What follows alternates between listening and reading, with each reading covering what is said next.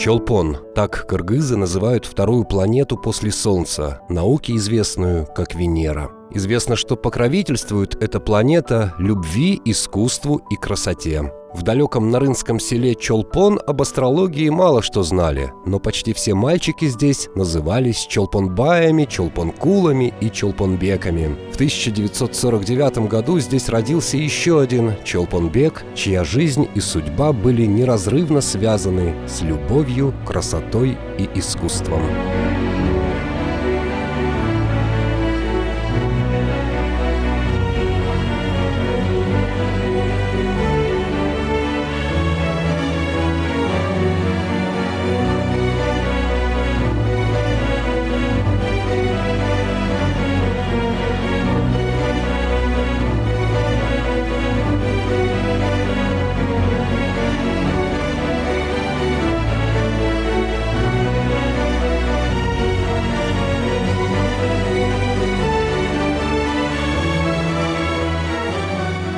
Была ли счастливой звезда Чолпонбека? Да, ведь от рождения он был наделен большими данными. И нет, слишком много препятствий, порой почти непреодолимых, выпало на его долю. Мы поставили условие, что если ты к осенью не будешь иметь такой-то рост, то ты, извини, не будешь в нашем театре. Так он все лето висел на турнике с привязанными гирями на ногах. Это, конечно, можно считать как феномен. Такого быть не может.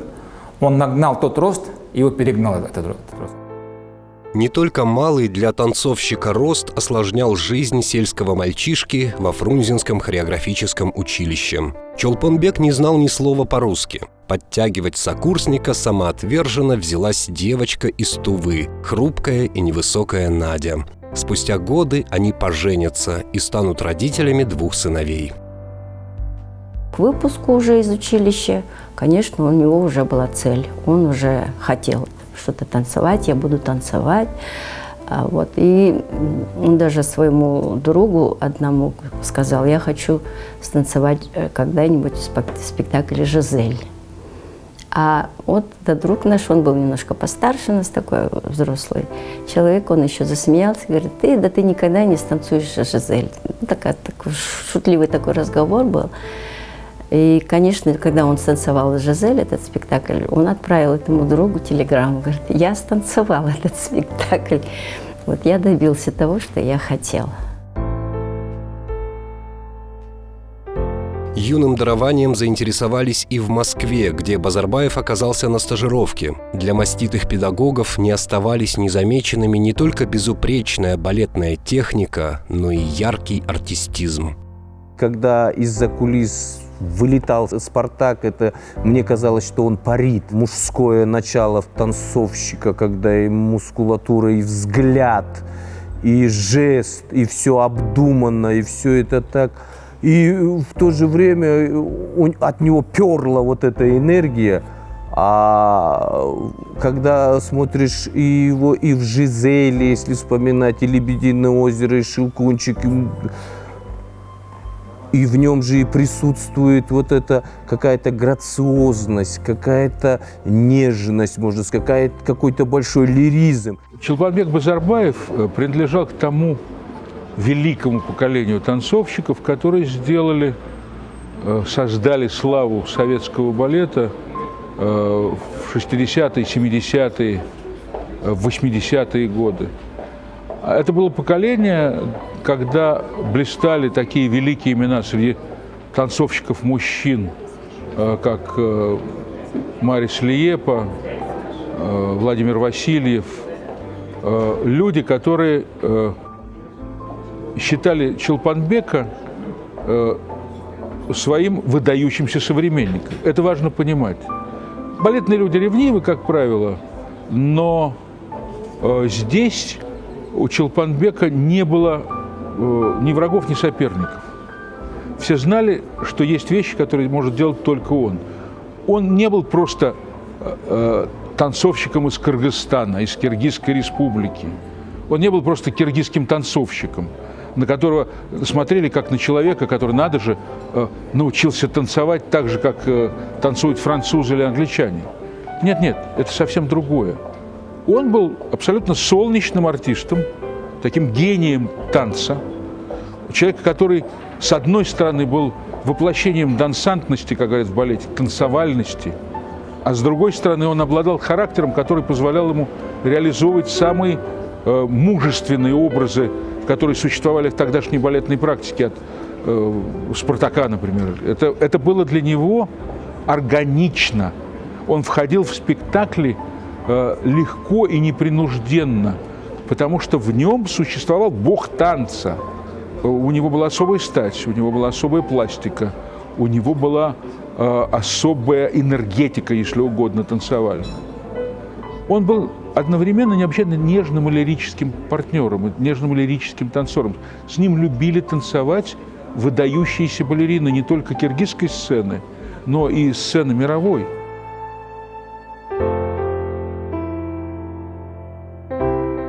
Базарбаеву в Москве предложили стажировку продлить и начать готовиться ко всесоюзному конкурсу. Окрыленный, он отправляется на побывку домой, во Фрунзе. Но большим планам не суждено было сбыться. Умирает отец Чолпонбека. Как самый старший из детей, он берет на себя заботу о маме, сестре и братьях. Чолпонбеку всего 19.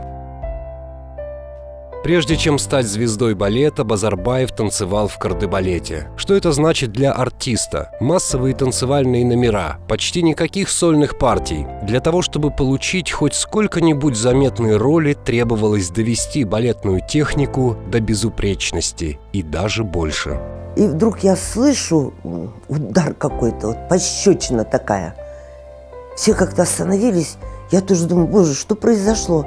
Смотрю, Чолпонбек стоит посреди зала. Это он взял, сам себя ударил. У него что-то не получилось. И он себя наказал. Ну, все артисты замерли как-то. Ну, кто это услышал? Вот. И, конечно, этого Чолпонбека отличало. И уже спустя время Базарбаев танцует первую партию в Бахчисарайском фонтане, вторую в Лебедином озере, а дальше только главные роли. Солист театра остается чуждым всякой звездности. Неизменной традицией в его семье остается детальный анализ каждого спектакля, беспощадный разбор ошибок. Шел анализ полностью, весь спектакль, как он выходил, что он делал, как он делал. Мы с ним беседовали, я ему замечания делала.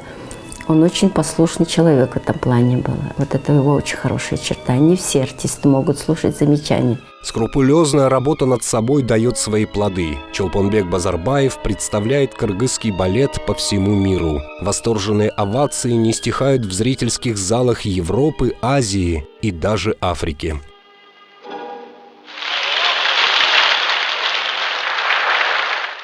Само по себе, конечно, театр, сцена – это все мертвое, но ведь именно на сцене в театре происходит жизнь, большая жизнь.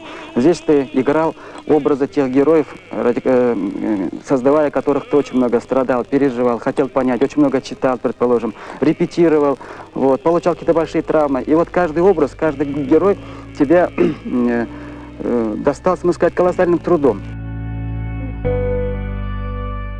То, что он имеет мировой статус уже в зарубежных странах, я начал осознавать, когда я сам выехал тоже за рубеж. Когда многие там, допустим, вот в России, когда называют там, вот, откуда я и где я учился, когда я говорю, что я Бишкекско-хореографический закончил, и сразу все вспоминают только Чолпонбек Базарбаев. Говорят, о, я знаю Чолпонбека, очень хороший танцовщик и очень хороший человек был. И это очень приятно, и когда такие слова говорят там за границей, это очень волнительно, и ты начинаешь сразу так, оп, надо уже как-то более серьезно относиться к работе, к своему поведению, не только на работе, и даже за пределом работы начинаешь себя вести уже по-другому, как-никак ты уже представляешь его лицо, Чолпан-Атан, и лицо Кыргызстана. Базарбаев возглавляет театр оперы и балета в самый трудный его период. 91 год, крах советской эпохи, а вместе с ним жесткий и бескомпромиссный переход на рыночную экономику. Даже его честное признание, вот его по вопросам рыночной экономики, сейчас читаешь, тогда читали, вроде не понимали еще. А когда он честно высказывается о рыночной экономике, о когда он говорит, что он не воспринимает эту рыночную, потому что это постепенно может привести к осложнениям в человеческих отношениях, возникнут сложности в развитии культуры, разрушить наше будущее. И, в принципе, это дикий рынок сегодня это показывает. 93-й, 94-й, 95-й годы. Это самые тяжелые годы в республике, кстати. Вот в этот период очень было трудно какие-либо средства выделять для того, чтобы строить культурные, значит, или там развлекательные и другие объекты, или там, значит, достраивать. Вот в этот период, конечно, мы с ними очень много обсуждали. Он просил, я его уговаривал, как говорится, подождать. Спустя еще 2 года Чолпонбек Базарбаев получает назначение и становится министром культуры Кыргызстана.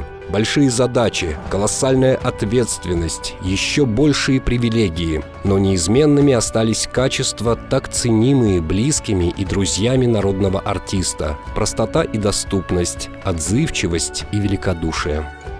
Я в 1981 году уходила 1 ноября, с большой афишей, бенефис, я последний спектакль танцевала. И вот, знаете, мы с ним отрепетировали, и он у меня спрашивает: это что, ваша последняя репетиция, и все? Вот последняя репетиция, завтра спектакль. И я говорю: да, все. Чолпан, а зачем мне уже приходить? И он говорит: нет, так не может быть, вы не должны так поступать. Я говорю: Чолпан, у меня же другая работа. И, конечно, заниматься больше я не буду. Вот последний раз отрепетировала, завтра последний раз станцую, и все. И на этом сценическая деятельность моя закончится. Он так говорит: сейчас почему-то сказал. Я сижу на полу, и Чолпонбек прибегает, бутылка шампанского у него и 3 стаканчика.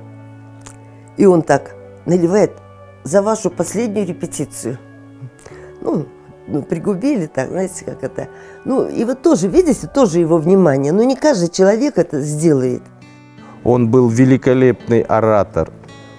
И я вот вспоминаю, когда они устраивали такой импровизационный айтыш с Куанычбеком Алиевым, директором театра кукол, супругом партнерши Чолпонбека Базарбаевича Айсулу Токумбаевой, и когда они бросали эти строки Хаяма друг другу, подхватывали, это был такой литературный вечер, это очень дорого для меня стоит. А для домашних Чолпонбек Базарбаев остается внимательным мужем и заботливым отцом. Легенда кыргызского балета. Общественный и государственный деятель больше всего любил семейные торжества. Лично готовился к Новому году, покупал подарки и продумывал все нюансы праздника. Каждый из них теперь в бесценной копилке воспоминаний семьи Базарбаевых. Он говорил, что все должны или стихотворение, или песню, или танец. Обязательно должны были все исполнять. Все очень сильно волновались, между прочим, боялись, ждали этого праздника, Нового года. И вот так вот мы отмечали очень так. Все выступали, дети, все, и взрослые. Потом иногда у него, если такое настроение хорошее было, он грим делал, кого-то там Гитлером, кого-то там обезьянкой делал, рисовал, всех разгримировал. Новый год, это мы даже по сей день, по сегодняшний день, мы все время собираемся. У нас сначала все, братья с детьми. Клеил на стены, в кухне высказывания великих, мудрых людей, Омар Хаяма. И каждый день мы читали, он говорил: запоминайте это. Учил нас, будучи уже министром культуры, учил нас этикету, как вести себя за столом. Чолпон-ата, и вот с этих пор мы его все называли, уже привыкли называть его Чолпон-ата, как-то он уже как наш дедушка стал. Где-то с 4 утра до 6 он всегда читал. Это у него закон был. Он просыпался, я уже знаю, что включит лампочку, и он читал. Это у него такой неписанный закон был. Артист в министерском кресле. Подобного рода назначения у многих вызывают скепсис. Мол, не может человек одинаково хорошо танцевать в балете и вести государственные дела. Были даже те, кто отговаривал его от работы в министерстве. Но Базарбаев был непреклонен. Статус и полномочия министра позволяли ему решать проблемы театров, развивать искусство в стране. Нужно одну вещь помнить. О том, что в некоторых республиках Средней Азии и Казахстана просто-напросто закрыли эти театры. Вот, например, Туркменбаши сказал, нам не нужны эти дрыгания ногами, эти обнаженные, полуобнаженные балерины в пачках. Нам это не нужно, это чуждо нашей культуре. И поэтому закрыли киностудию и так далее.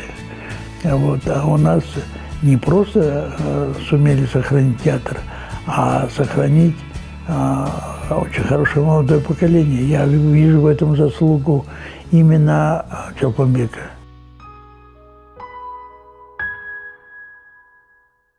В сентябре 2002 года Чолпонбека Базарбаева не стало. «Мерседес» 53-летнего артиста врезался в дерево в центре Бишкека. Реакция кыргызстанцев на случившееся была единодушной. Как рано ушел, как много успел бы сделать.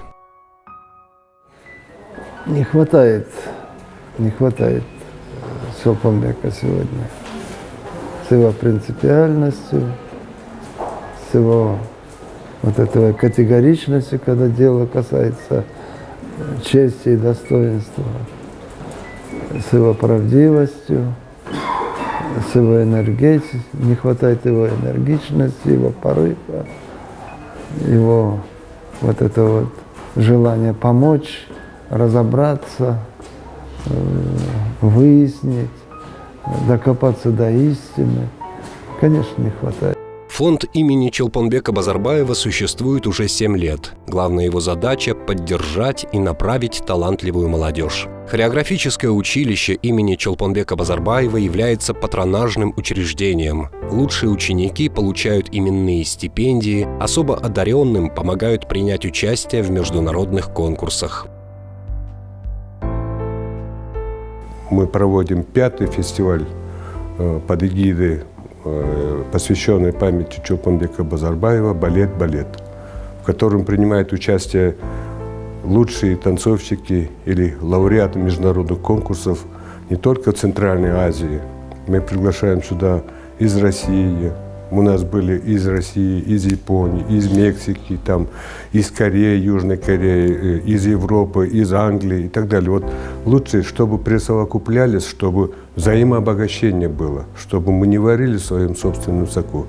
Наше балетное искусство, в принципе, мы должны снова вернуть и дать тот качественный рывок, который был в свое время заложен именно Чолпонбеком Базарбаевым. Иногда бывают, конечно, такие моменты дождливые внутри, чисто духовно.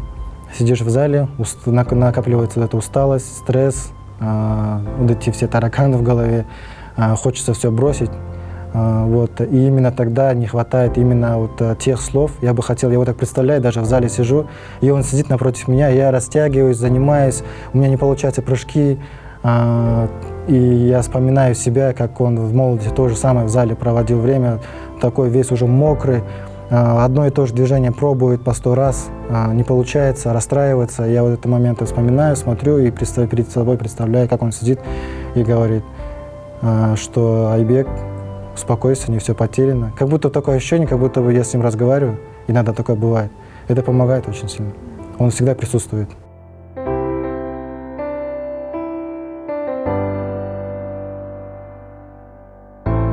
А не так давно созвездие Персей получило имя Чолпонбека Базарбаева. Так общество космонавтов решило увековечить имя народного артиста СССР на небосводе. И пока в Кыргызстане живет балетное искусство, пока мечта танцевать классический танец озаряет сердца юношей и девушек во всех уголках страны, имя Чолпонбека Базарбаева будет жить, а память о нем не исчезнет.